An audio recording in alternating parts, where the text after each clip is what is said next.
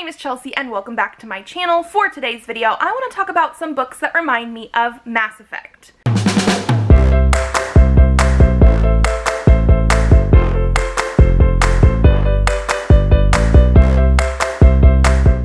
So as I'm assuming a lot of us know, maybe not everyone, but I've talked about it a few times on my channel, the Mass Effect Legendary Edition is coming out on May 14th. And I have read some books in the last couple years that just give me Mass Effect vibes. There are books that are Mass Effect books, like that fit into that universe. I think we have some prequels, we also have some Andromeda books, but I wanted to talk about the books that just remind me of Mass Effect either through characters or found family, plot, that kind of stuff, because that is one of the things that I absolutely love about the game. And so yeah, I have some books here that I have personally read and just, you know, get reminded of Mass Effect the entire time I'm reading it. And then I also have some books that I really want to read because I have heard that they remind people of Mass Effect. So the first one that I wanted to talk about is going to be Chilling Effect by Valerie Valdez. This one is for sure inspired by Mass Effect, and there's actually a blurb on the back saying that it's like a mix of Firefly and Mass Effect, which I definitely did experience while I was reading this one.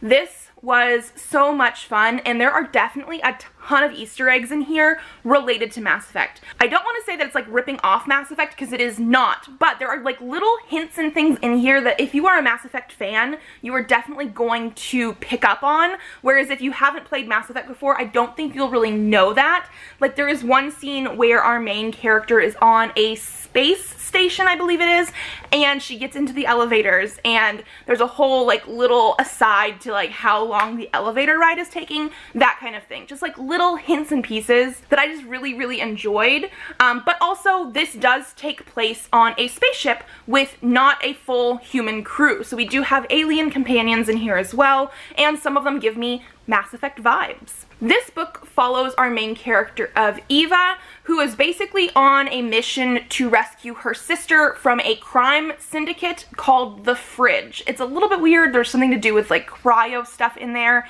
and this one does have a lot of like missions to it. It has an overarching plot, but there are a lot of like smaller plots in here where they go onto a planet to have a mission and then it all connects. And yeah, I think out of all the ones that I'm going to mention that I have read before, felt the most like Mass Effect, and I really enjoyed it. There's also a sequel called Prime Deceptions. I have not read this one before. I don't know why, because I really did enjoy the first one, and in case I didn't mention it, because I definitely did not this time, these books also have like psychic cats in them, and so yeah, another reason to pick it up. Then the next book I wanted to talk about is going to be Strangelove by Anne Aguirre. This was one of my favorite books of 2020. It is a self-published sci-fi romance. So even though Anne Aguirre is also traditionally published, these are her self-published books. The first one, like I said, is Strangelove, and it follows an alien called Xyler. I don't remember what species he is, but he ends up accidentally picking up a human from Earth to take back to his like mating ceremony stuff on his planet. And the mating ceremony stuff is like a mix of The Bachelor and The Hunger Games. That definitely not like Mass Effect, but the whole characters, found family, the way that certain species acted reminded me a little bit of the species of Mass Effect. Like, this definitely felt like a Garrus FemShep romance sort of thing. Again, not exactly, no ripping off of anything, but the vibes were perfect. There is a sequel to this one that I have read called Love Code. This one deals with an AI and a scientist, and this one does not really give me Mass Effect vibes, but it is set in the same world and it was still really well done. And then the last book that I have read that gave me Mass Effect vibes is going to be Aurora Rising by Amy Kaufman and Jay Kristoff. I do have a video up on my channel talking about some of the problematic elements of Jay Kristoff's other books, but this one I did not experience any problematic elements, and I really love this series, so that is why I'm talking about it today. And this one actually had a lot of different vibes. Like, it gave me vibes of Firefly, Star Trek, and Mass Effect, all combined into one. Again, a lot of really good found family. We don't just have humans in this story, and there is a whole overarching plot with another species of aliens trying to potentially overtake the humans, and more conspiracy stuff going on for that as well, which definitely, again, gives me Mass Effect vibes. The third book is coming out this year. This is the cover for it because I am absolutely super excited for it. Finian is my favorite character in this series. Again, the second book I don't think gave me as many Mass Effect vibes, but it still had that good found family trope that I absolutely love, and so yeah, I had to mention it. Moving into books that I have not read yet, but I really, really want to because people say that they remind them of Mass Effect. The first one I have here is Velocity Weapon by Megan E. O'Keefe. This was a present from Lena, from Sufficiently Advanced Lena. I will leave her channel link down below. She is one of my friends that absolutely loves Mass Effect and Dragon Age and like BioWare stuff, so like if she says something is going to be similar to Mass Effect, I definitely trust her opinion, and I'm very, very excited to read this. This one I don't know too much about, except for it's supposed to be like Mass Effect. The last thing Sandra remembers is her gunship breaking up around her as her evac pod expanded, sealing her away for salvage medics to pick up. She expected to awaken in friendly hands, patched up and patched back into a new gunship. Instead, she wakes up 230 years later on an empty enemy starship, the Light of Berossus, or as he prefers to be called, Barrow.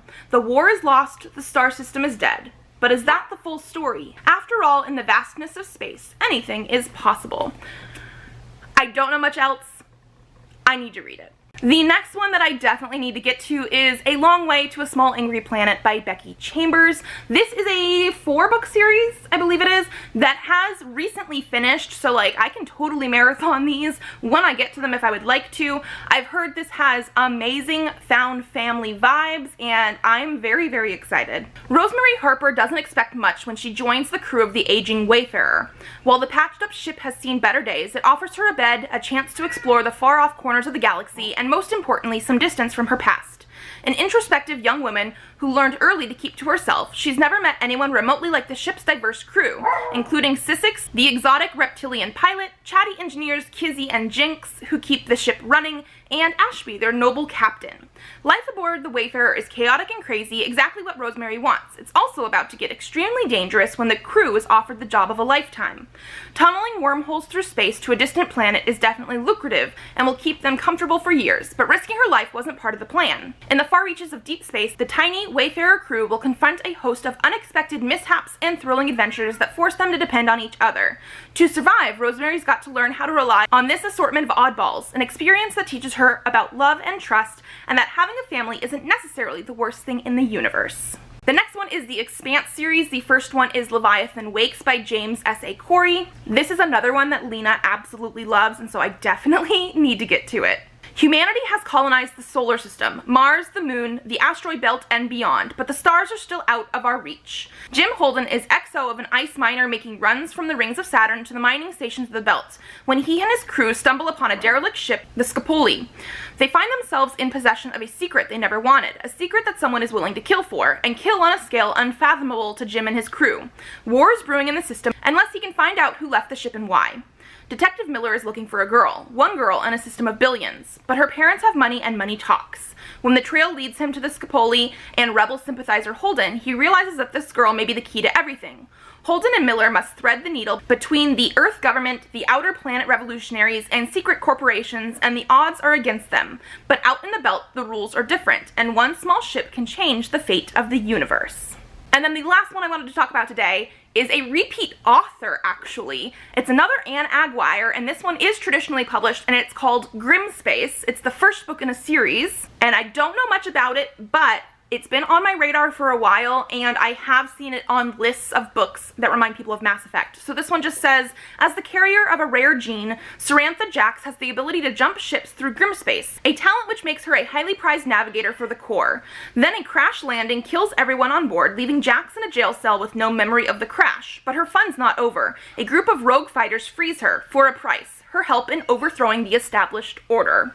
And so that is it from me today. Again, I've only read like 3 and a sequel of the books that I mentioned on this list, and then there are 4 more that I desperately want to read because they just sound so good, and they remind people of Mass Effect. I love sci-fi in general, but you put Mass Effect into the mix and I definitely want to read it. If you guys like this video, give it a thumbs up to let me know. Subscribe to this channel if you would like to see more videos. I do have videos up Tuesdays and Thursdays, so I will see you then. Bye!